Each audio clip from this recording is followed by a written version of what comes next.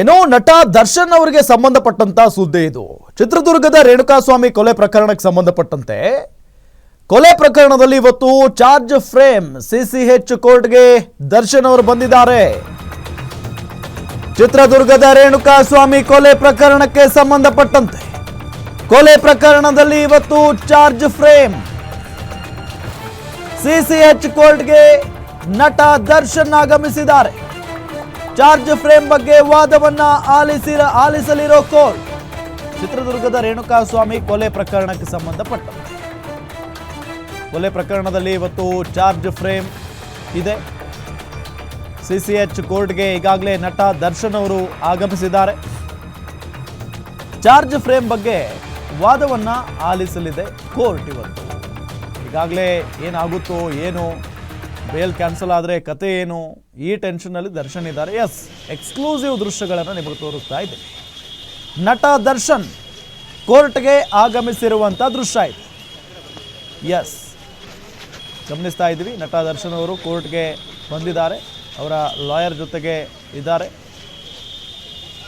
ಸಹಜವಾಗಿ ಒಂದಂತೂ ಡವ ಇದ್ದೇ ಇದೆ, ಏನಾಗುತ್ತೋ ಏನೋ, ಅಕಸ್ಮಾತಾಗಿ ಮತ್ತೆ ಏನಾದರೂ ಈ ಬೇಲ್ ರದ್ದಾಗಿಬಿಟ್ರೆ, ಈಗ ಬೇಲ್ನ ಮುಖ್ಯನ ಹೊರಗಡೆ ಇದ್ದಾರೆ, ಬೇಲ್ ರದ್ದಾಗಿಬಿಟ್ರೆ ಅಲ್ಲಿ ಕತೆ ಮುಗೀತು, ಮತ್ತೆ ಜೈಲು ಒಳಗಡೆ ಹೋಗಬೇಕಾದಂಥ ಪರಿಸ್ಥಿತಿ ನಿರ್ಮಾಣ ಆಗುತ್ತೆ.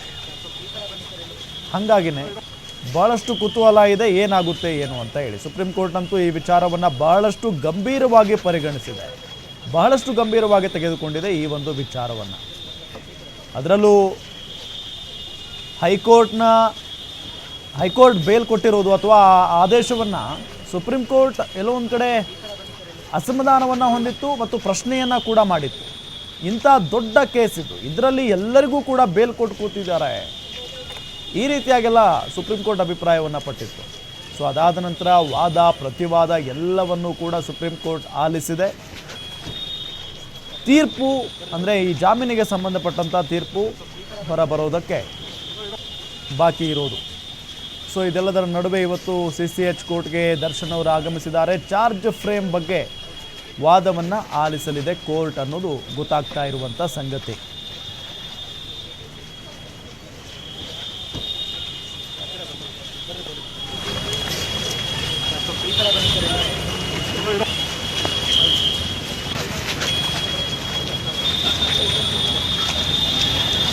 ಅವರ ಅಭಿಮಾನಿಗಳಿಗೆ, ದರ್ಶನ್ ಅವರ ಕುಟುಂಬಸ್ಥರಿಗೆ, ಪ್ರತಿಯೊಬ್ಬರಿಗೂ ಕೂಡ ಟೆನ್ಷನ್ ಇದ್ದೇ ಇದೆ. ಯಾಕೆ ಅಂತ ಹೇಳಿದರೆ ಸುಪ್ರೀಂ ಕೋರ್ಟ್ನ ಈ ಪ್ರಕರಣವನ್ನು ನೋಡ್ತಾ ಇರುವಂಥ ದೃಷ್ಟಿಕೋನ ಇದೆಯಲ್ಲ, ಸುಪ್ರೀಂ ಕೋರ್ಟ್ ಆರಂಭದಲ್ಲೇ ಹೈಕೋರ್ಟ್ನ ಆದೇಶವನ್ನು ಪ್ರಶ್ನೆ ಮಾಡಿತ್ತು. ಹೈಕೋರ್ಟ್ನ ಆದೇಶವನ್ನೇ ಸುಪ್ರೀಂ ಕೋರ್ಟ್ ಪ್ರಶ್ನೆ ಮಾಡಿತ್ತು, ಜೊತೆಗೆ ಆ ಆದೇಶಕ್ಕೆ ಅಸಮಾಧಾನವನ್ನು ಕೂಡ ವ್ಯಕ್ತಪಡಿಸಿತ್ತು. ದರ್ಶನ್ ಸಾಮಾನ್ಯ ವ್ಯಕ್ತಿಯಲ್ಲ, ಸೂಪರ್ ಸ್ಟಾರ್ ಕರ್ನಾಟಕದಲ್ಲಿ. ಅಂಥ ವ್ಯಕ್ತಿ ಹೊರಗಡೆ ಇದ್ದಾರೆ ಅಂತ ಅಂದರೆ ಸಾಕ್ಷಿ ನಾಶ ಆಗೋದಿಲ್ವಾ ಅನ್ನೋ ನಿಟ್ಟಿನಲ್ಲೂ ಕೂಡ ಚರ್ಚೆಗಳು ಆರಂಭ ಆಗಿದ್ವು. ಜೊತೆಗೆ ನಟ ಚಿಕ್ಕಣ್ಣ ಈ ಕೇಸ್ನಲ್ಲಿ ಪ್ರಮುಖ ಆರೋಪಿ ಆಗದೇ ಇದ್ರೂ ಕೂಡ, ಪ್ರಮುಖವಾದಂಥ ಸಾಕ್ಷಿ ಆಗದೇ ಇದ್ರೂ ಕೂಡ, ಈ ಒಂದು ಕೇಸ್ನಲ್ಲಿ ಒಂದು ಸಾಕ್ಷಿ, ಅವರ ಜೊತೆಗೂ ಕೂಡ ವೇದಿಕೆಯನ್ನು ಹಂಚಿಕೊಂಡಿದ್ರು ನಟ ದರ್ಶನ್. ಈ ರೀತಿಯಾಗಿ ಸಾಕ್ಷಿ, ಈ ಪ್ರಕರಣದಲ್ಲಿ ಒಬ್ಬ ಸಾಕ್ಷಿದಾರನ ಜೊತೆಗೆ ಒಬ್ಬ ಆರೋಪಿ ವೇದಿಕೆ ಹಂಚಿಕೊಳ್ತಾರೆ ಅಂತ ಅಂದರೆ ಆ ಸಾಕ್ಷಿದಾರ ಅವರ ವಿರುದ್ಧವಾಗಿ ಹೇಳಿಕೆ ಕೊಡೋದಕ್ಕೆ ಸಾಧ್ಯನಾ, ಸಾಕ್ಷಿ ಹೇಳೋದಕ್ಕೆ ಸಾಧ್ಯನಾ ಅನ್ನೋ ನಿಟ್ಟಿನಲ್ಲಿ ವಾದವನ್ನು ಕೂಡ ಮಾಡಿದರು ವಕೀಲರು. ಅದಾದ ನಂತರ ಬೇರೆ ಬೇರೆ ಸಾಕ್ಷಿ ಏನಿದಾವಲ್ಲ ಅವುಗಳ ನಾಶ ಕೂಡ ಆಗ್ಬೋದು. ಎಲ್ಲರಿಗೂ ಕೂಡ ಬೇಲ್ ಕೊಟ್ಟಿದ್ದೀರಿ, ಪ್ರತಿಯೊಬ್ಬರಿಗೂ ಕೂಡ ಬೇಲ್ ಆಗಿದೆ. ಈ ಪ್ರಕರಣದಲ್ಲಿ ಯಾರೊಬ್ಬರೂ ಕೂಡ ಒಳಗಡೆ ಇಲ್ಲ.